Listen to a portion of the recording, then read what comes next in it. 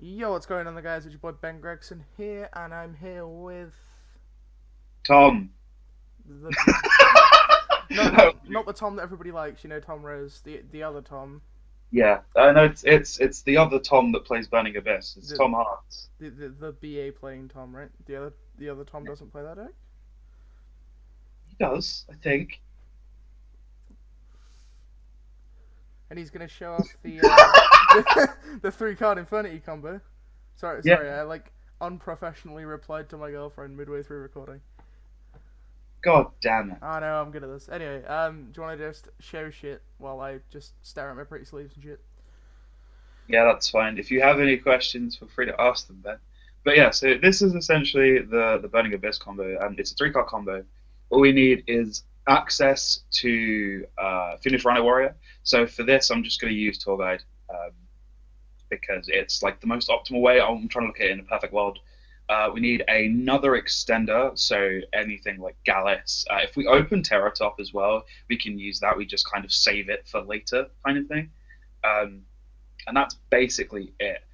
If we open a lot better, we can obviously make a Boral Sword with another monster, but kind of ending on Boral Sword or Boral Load is the sort of end game here. But it also makes your opponent go -4.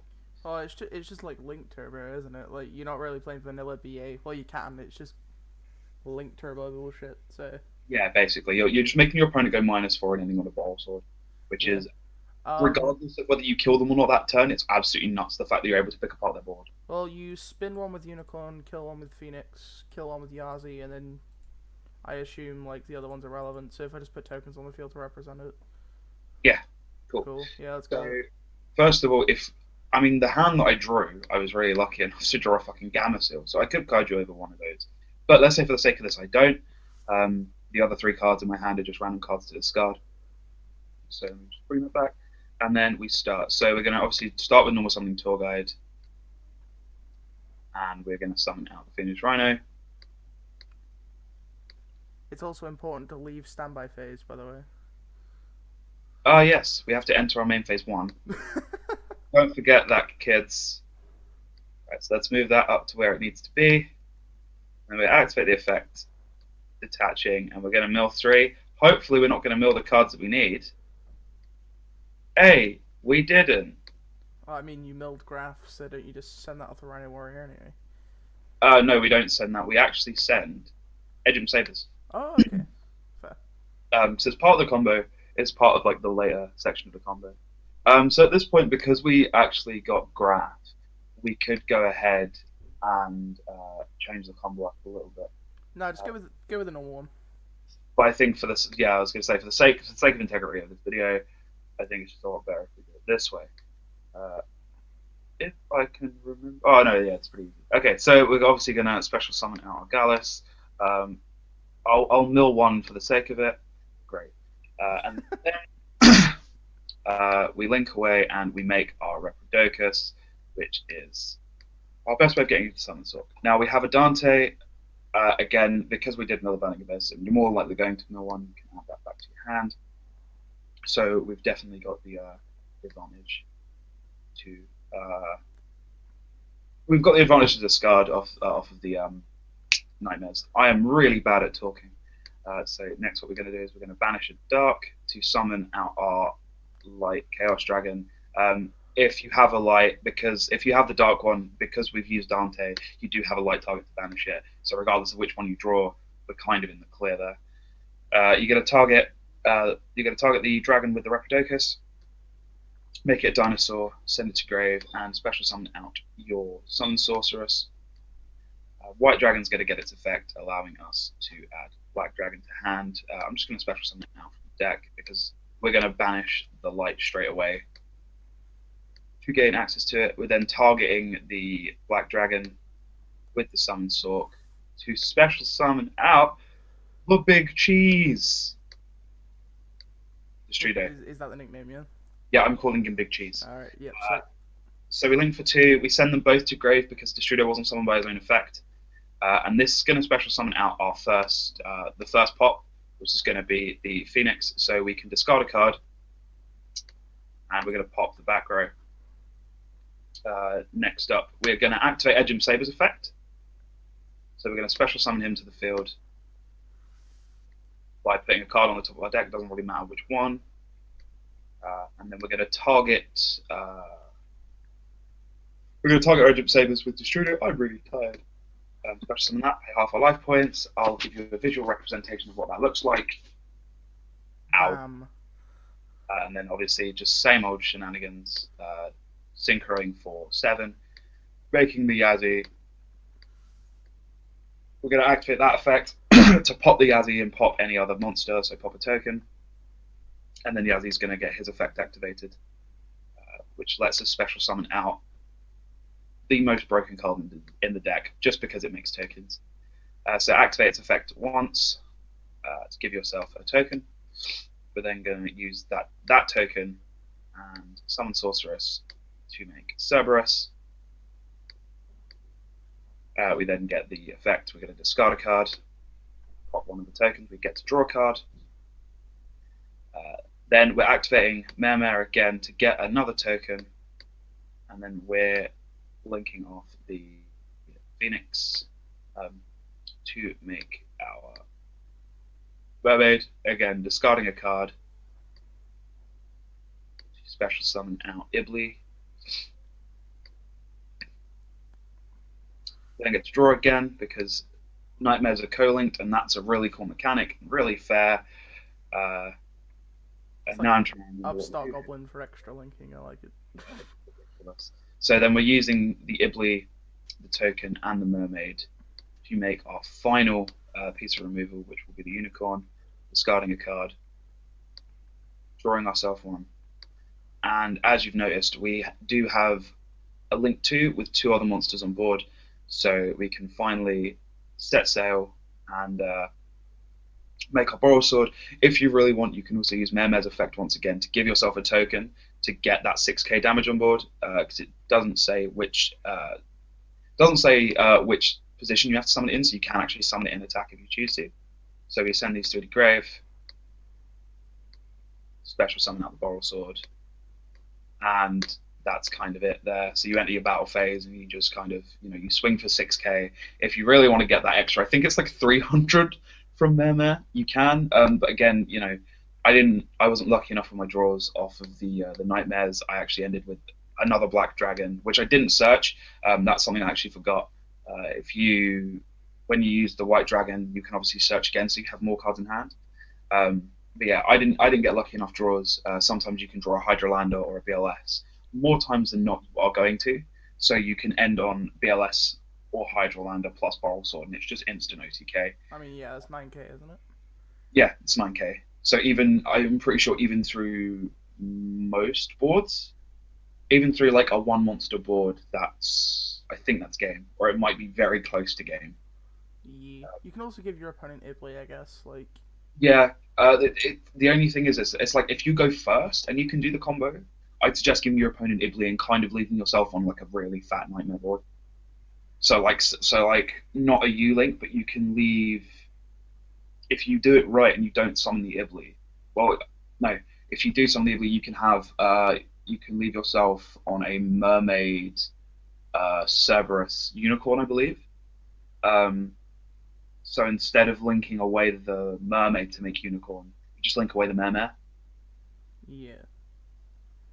Yes? I think that was it. I can't actually remember the combo. I was proper winging it there. Really struggling. I mean, it went well, to be fair. Yeah. Is this sort of like the god play then?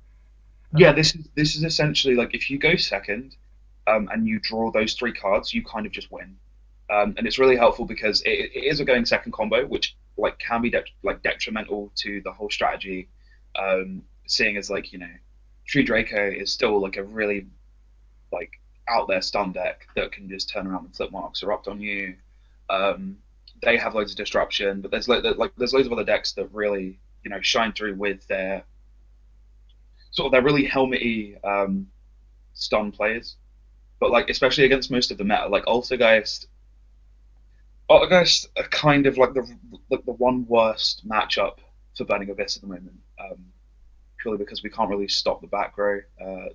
Strikers is easy if you open fucking any kaiju, any way to get a monster in the main monster zone, um, which works. If they allow you to go through and make summon Sork, you just summon something to their side of the board, and they can't do anything, which is great. Um,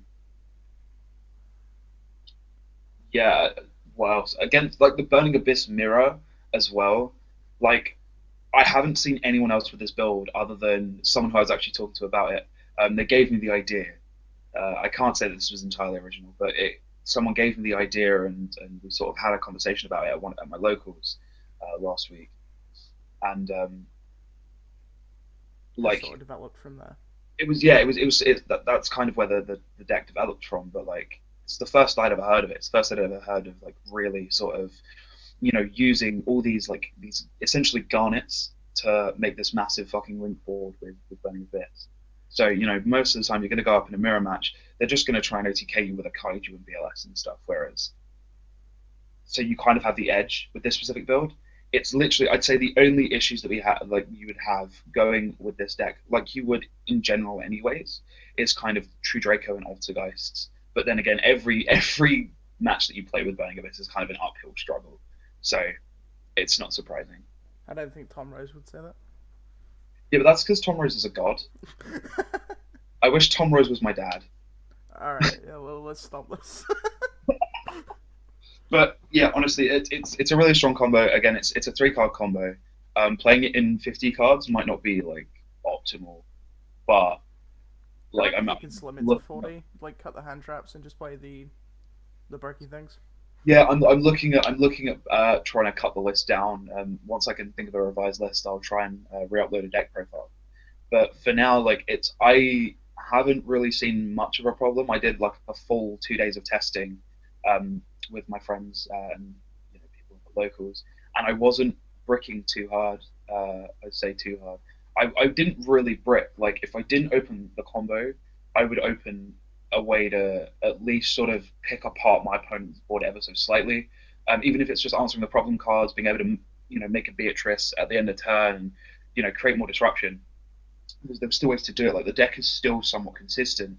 It's only when you're opening multiple garnets. So like if you open the Mare and the Destrudo, you're kind of screwed there. But like if you open Sabers and Ivli, like they're like the least garnet cards, because if you make a Nightmare, you just discard the Sabers. And most of the time they're special summoning anyway, so you can just normal summon the Ivli and you can make more link plays. There's like a lot that those cards can do in your hand as opposed to like the other actual garnets, like Mare. Like Mare's really the only true garnet. Sorry, I'm like my body is like preparing to burp, but it's just not happening. So I'm like trying to say something, and it's just like my body's like, oh. I mean, like Destrudo could target a 4 to make itself a level 3 as well, so it's never like stupidly bad. And I suppose like even drawing Destrudo, you can still make Yazi even if you like open Gallus Destrudo, like that's still Yazi. You can still make a Yazi, and if they manage to answer it, then you can make the Mare and like summon your tokens, and you can kind of still make plays from there. I was actually considering playing Dawn Dragster as well, just for the negates, because that's like a play apparently. A lot of people are, I think Jesse Cotton, like I was saying to you earlier actually, Dan, when 200th YCS, Jesse Cotton was playing like Hero, Dark Lord, Goki, Gunblob, Turbo thing, even though he didn't play any Gokis. He was playing like a weird Dark Law Gunblob Turbo, and was playing Dawn Dragster as well as Yazi, because it just helps you to make like it's another play to make, where you can just like sit on like 2 negations. I think it's either 1 or 2. I can't remember what it is just at base, but regardless, like it's still really strong. It's still a really strong piece of disruption, as well as if you're playing like more hand traps. Which on the subject of you saying take out the hand traps,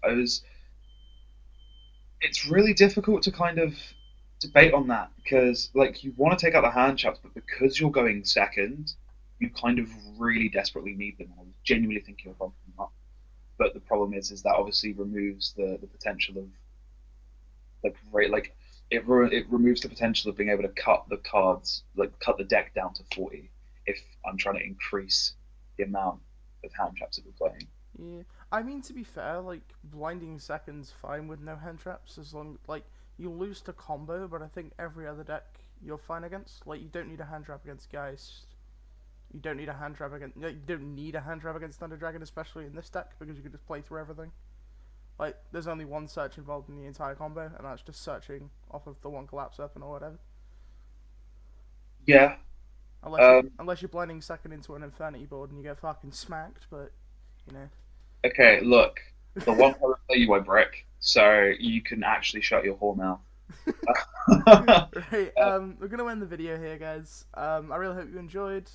I'll probably feature Tom on the channel again. He's a pretty decent guy, I guess. Taking time out of his Christmas day to help me record. It's not. I'm not. I steal your cards and then bend your ash blossoms in half. Yeah, he's an absolute knob. But anyway, he's the real life. I don't know what. Listen, Oral Sword would probably be a much more, stunting blow. But I mean, if I owned a Borrow Sword, you could bend it. But I wouldn't even fucking dare. That's a £100 card right there. Fam. I mean, you can like bend my Mega Pack Borrow it, I guess. Mega Pack Borrow. That's fine. Can I eat it? One of my 7 Mega Pack Sieges. Can I eat it? If I end up coming to regionals with you, can I eat your Mega Pack Borrow Sword? If you beat me 2-0.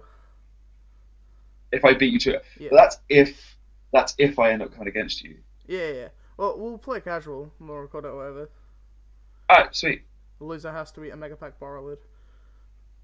Alright, you're not eating mine. Right, wait, we're on. This is the real rivalry right here. Battle of the Borrowed. Right, guys, if you did enjoy, please leave a like. Please hit the notification bell, all that good stuff. I really hope you have an amazing Christmas. Yeah, that thing. Yeah. Subscribe. He needs the viewers, and I want people to see more. I mean, I want to hit 100 before 2019. That's the goal. And yeah. Subscribers, guys. Peace, guys. Thanks.